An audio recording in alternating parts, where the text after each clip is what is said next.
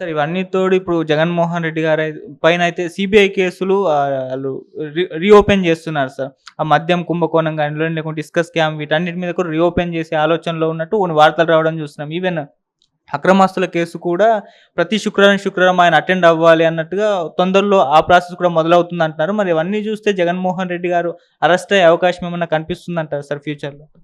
ఆయన అరెస్ట్ అయినాడు. హ్మ్. ఒక సంవత్సరం పైనే హ్మ్. జ్యుడిషియల్ కస్టడీలో ఉండి హ్మ్. తర్వాత బెయిల్ మీద వచ్చినారు. ఓకే. అప్పుడు సిబిఐ ఎంక్వైరీ చేసిన కేసులు కొన్ని ఛార్జ్ షీట్ అయినాయి. హ్మ్. అవి విచారణకు వచ్చి ఉండాయి. ఓకే. సిబిఐ కోర్టులో ఉండాయి. హ్మ్. ముఖ్యమంత్రి కాబట్టి విచారణకు అందరూ రావాలంటే ఆహ్, వాయిదాలు తీసుకున్నారు. హ్మ్. అప్పుడు సహజంగా డిలే అవుతాయిలెండి. ముఖ్యమంత్రి గారిని విచారణ అనంటే ఇవి ఇవి కోర్టు ఇచ్చిన సమయానికి కొన్ని కార్యక్రమాల నుండి అధికార కార్యక్రమాల నుండి రాలేకపోవచ్చు. విచారణలు వాయిదా పడొచ్చు. హ్మ్. ముఖ్యమంత్రి అంటే ఒక లీనియంట్ వ్యూ కూడా తీసుకుండొచ్చు. ఓకే. ఇప్పుడు ఆయన ముఖ్యమంత్రి కాదు. ఒక శాసనసభ్యుడు మాత్రమే. అవును. ఇప్పుడు విచారణ వేగవంతం కావచ్చు. హ్మ్. అయి ఇంతకు ముందున్న కేసులే అయి ఛార్జ్ షీట్ అయ్యుండాయి. ఒక మారు అరెస్ట్ అయ్యి జైలుకి పోయి కూడా సంవత్సరం పైనుండి బెయిల్ మీద వచ్చినారు. ఓకే. మళ్ళా విచారణ జరిగి శిక్ష పడితే మళ్ళా జైలుకి పోతారు గానీ, హ్మ్. విచారణ అయితే జరుగుతాయి. విచారణ వేగవంతమయ్యే అవకాశాలు ఎక్కువుండాయి. ఓకే. కాకపోతే ప్రభుత్వం వచ్చిన తర్వాత ఆ లిక్కర్ స్కామ్ అని, శాండ్ ఇదొక స్కామ్ అవును. అని ఇవన్నీ కొత్త కొత్తయన్నీ విచారణ చేస్తామంటున్నారు కొత్త ప్రభుత్వము. హ్మ్. విచారణ చేసినప్పుడు ఆ కేసులను బట్టి, ఆ పరిస్థితిని బట్టి చెప్పొచ్చు. ఓకే. మళ్ళీ అరెస్ట్ చేస్తారా? చెయ్యరా? అనేది ఆ కేసులు బహిర్గతమైనాక హ్మ్. అప్పుడు చెప్పొచ్చు. ఓకే. సార్ కొంతమంది జగన్ గారికి ప్లస్ పాయింటే అరెస్ట్ అవుతే ఆయన కూడా సింపతి వస్తుంది. మళ్ళీ ప్రజల్లోకి మమ్మల్ని అక్రమంగా అరెస్ట్ చేశారని జెప్పేసి వాళ్ళలో ఒక ఇది నింపొచ్చు అని జెప్పేసి కూడా కొంతమంది విశ్లేషకులైతే అభిప్రాయపడుతున్నారు సార్. దాని గురించి ఏం జెప్తారు? అది ప్రభుత్వము హ్మ్. కచ్చగట్టి కచ్చపోత ధోరణితో అరెస్ట్ చేస్తే హ్మ్. ఇంత అన్యాయమా అని ప్రజల్లో రావచ్చు. ఓకే. ఇప్పుడు ఈ మద్యం దాంట్లో జరుగుతుండాయి, అక్రమాలు జరుగుతుండాయి అనేది అందరికీ తెలిసింది. జగమెరిగిన సత్యం. హ్మ్. ఓడిపోయేదానికి కారణం కూడా మద్యం విధానమే. అవును. ఎందుకంటే డిస్టిలరీస్ ఉండేటి 4, 5 డిస్టిలరీస్‌లో వాళ్ళకు సంబంధించిన వ్యక్తులే ఉన్నారు. భాగం కూడా ఉన్నాయి అని కొందరు అంటున్నారు. హ్మ్. ఎంత మాత్రం నిజమో నాకు తెలియదు. హ్మ్. తర్వాత డిస్టిలరీస్ నుంచి మద్యం కొనేది ఏది బ్రివరేజ్ కార్పొరేషనే. ఓకే. అంటే అది గవర్నమెంట్ తరపున ముఖ్యమంత్రే కదా పెద్ద. హ్మ్. తర్వాత అమ్మే బ్రాందీ షాప్ కూడా ప్రభుత్వందే. అవును. అంటే అది ముఖ్యమంత్రిదే కదా బాధ్యత. ఈ సరుకు ఆహ్, ఎక్కడా లేని రేట్లయితే అక్కడ ఉన్నాయి ఆంధ్రప్రదేశ్‌లో. హ్మ్. ఏమంటే మద్యపాన నిషేధం కావాలి కాబట్టి ధరలు పెంచినాను. ధరలు పెంచితే మద్యం తాగేవారు తగ్గుతారు అని చెప్పి కారణమైతే చూపించినారు గానీ, మద్యం తాగేవాళ్ళు తగ్గలేదు గానీ, వాళ్ళ జోబులు మాత్రం ఖాళీ అయినాయి. హ్మ్. అందువల్ల ప్రతి ఒక్కరికి ఆ మద్యం విధానం మీద ఒక ఏకభావం ఓడిపోయేదానికి అది కూడా ఒక కారణం. అటువంటప్పుడు ఆ మద్యంలో స్కామ్ జరిగి డబ్బులు తినేది ప్రూవ్ అయ్యి అరెస్ట్ చేస్తే దాని మీద సింపతి ఎందుకొస్తది? హ్మ్. అటువంటి దాని మీద రాదు. ప్రభుత్వము అధికారంలో ఉన్నవారు కచ్చగట్టి కారణం లేకుండా, సరైన కారణం లేకుండా ఓకే. అరెస్ట్ చేసినారు అనంటే అప్పుడు ఏదైనా ప్రజలు ఏందయ్యా ఇంత అన్యాయంగానా అరెస్ట్ అని సింపతి వస్తది. ఓకే.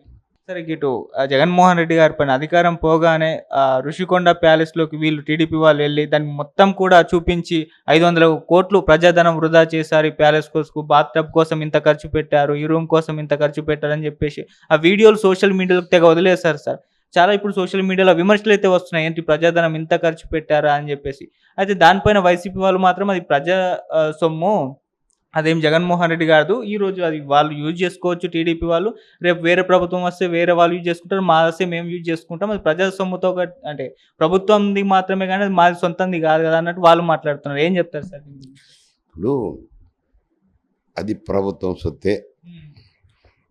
ఎందుకంటే అతను విశాఖపట్నంలో రాజధాని అడ్మినిస్ట్రేటివ్ క్యాపిటల్ పెట్టాలని, తను నివాసం కూడా అక్కడే ఉండాలని, నేను ప్రమాణ స్వీకారం కూడా విశాఖలోనే చేస్తానన్నారు. అవును. అయన్నీ వేరే విషయాలనుకోండి. హ్మ్.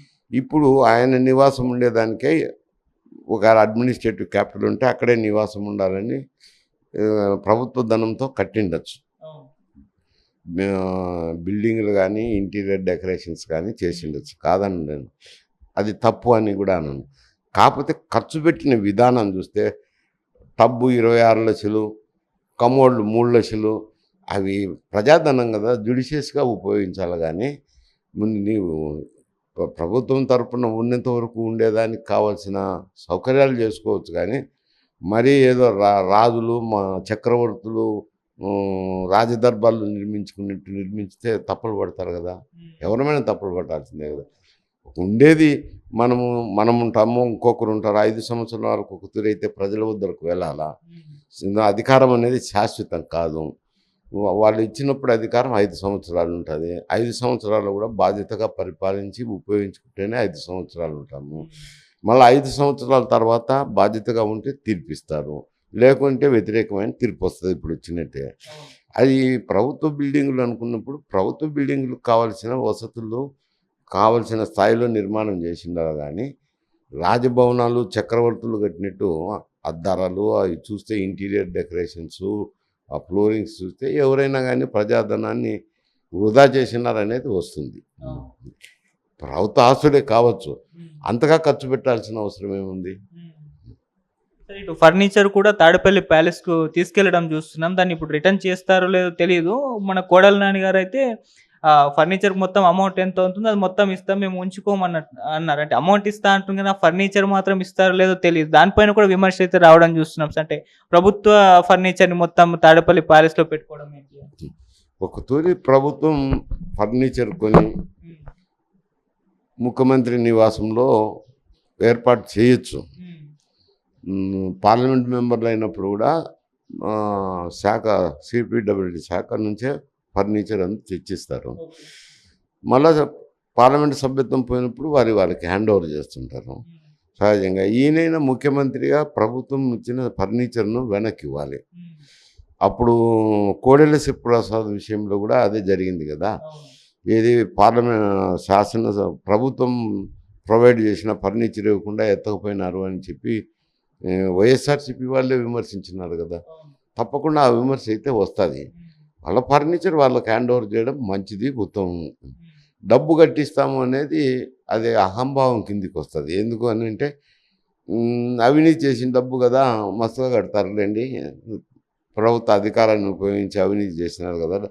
కానీ ప్రభుత్వం తరపున వచ్చిన ఫర్నిచర్ ప్రభుత్వం కీయడం ఉత్తమమైన విషయం. పోతే శాసనసభ కార్యాలయంలో చేస్తుంటారు. అది ఏది అనారోగ్యమో అంత ఇబ్బందికర పరిస్థితి ఉండాలి. ఇప్పుడు ఆయన 11 మంది శాసనసభ్యులే ఉండి ఒక రాష్ట్రానికి ముఖ్యమంత్రిగా పరిపాలించారు నిన్నటి వరకు. లెజిస్లేచర్ పార్టీ నాయకుడిగా ఉన్నారు. అంటే లెజిస్లేచర్ పార్టీ నాయకుడు అని అంటే అప్పుడు తెలుగుదేశం అయితేనేమి, స్వతంత్రులు అయితేనేమి, ఎవరున్నా అందరికీ నాయకుడే ఆయన. అప్పుడు నాయకుడుగా ఉన్న వ్యక్తి అధికారం పోతానే శాసనసభలో వచ్చి ప్రమాణం చేయడం గౌరవప్రదమైంది. శాసనసభకు గౌరవం ఇచ్చినట్టు. కాబట్టి వచ్చిండొచ్చు, ఇచ్చిండొచ్చు. రేపు శాసనసభ సమావేశాల్లో పాల్గొనరా అంటే వాళ్ళు ప్రతినిధులుగా ఎన్నుకున్నాక శాసనసభ సమావేశంలో పాల్గొని ప్రజా సమస్యలను లేవనెత్తి ప్రభుత్వ లోటుపాట్లను వేలెత్తి చూపించగలిగితేనే కదా మళ్ళీ ప్రజల్లో ఉత్సాహం వచ్చేది.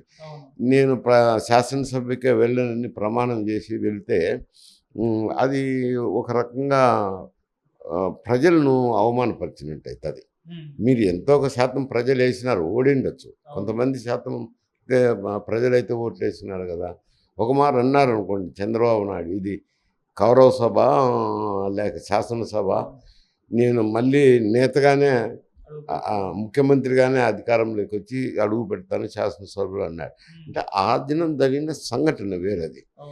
ఏమిట్రానంటే అతన్ని కించపరచడము, మహిళలను వారి ఇంట్లో వారిని అవమానపరిచే విధంగా మాట్లాడడంతో కొంచెం బాధపడి, నేను ఇది సభ కాదు, శాసనసభ కాదు, కౌరవ సభ మాదిరి ఉంది, నేను మళ్ళీ అధికారం చేపట్టిన తర్వాతనే అని ఒక ప్రతిజ్ఞ చేసి వెళ్ళిపోయినాడు. అది వేరే సమస్య.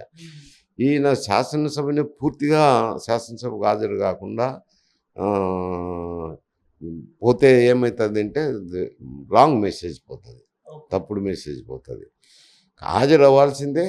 అయ్యి ప్రభుత్వం చేసే తప్పులను వేలెత్తి చూపించవచ్చు. 11 మంది శాసనసభ్యులు వేలెత్తి చూపించే దానికి ఇబ్బందికర పరిస్థితి ఏమి ఉండదు. కొంచెం సమయం తక్కువ వస్తుంది. కాకపోతే వచ్చిన సమయంలోనే స్ట్రెంగ్త్ తక్కువ ఉంది కాబట్టి వాళ్ళకు సమయం తక్కువ వస్తుంది. అందులో ఫ్లోర్ లీడర్ కూడా కావాల్సిన సఫిషియెంట్ స్ట్రెంగ్త్ రాదు కాబట్టి. కాకపోతే ఆ సమయంలోనే